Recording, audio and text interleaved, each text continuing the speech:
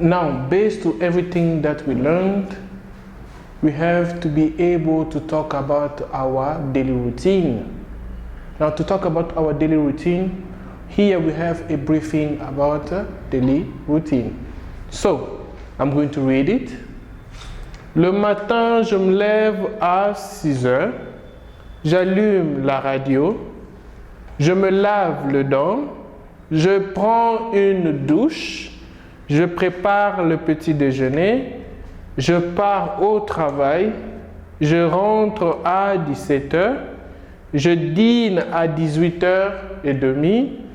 Je me couche à 22 heures. Meaning what? In the morning, I wake up at 6. I switch on the radio.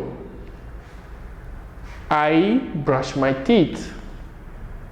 I take a shower. I make breakfast. I go to work. I come back at 5 p.m. I dine or I have dinner at 6:30.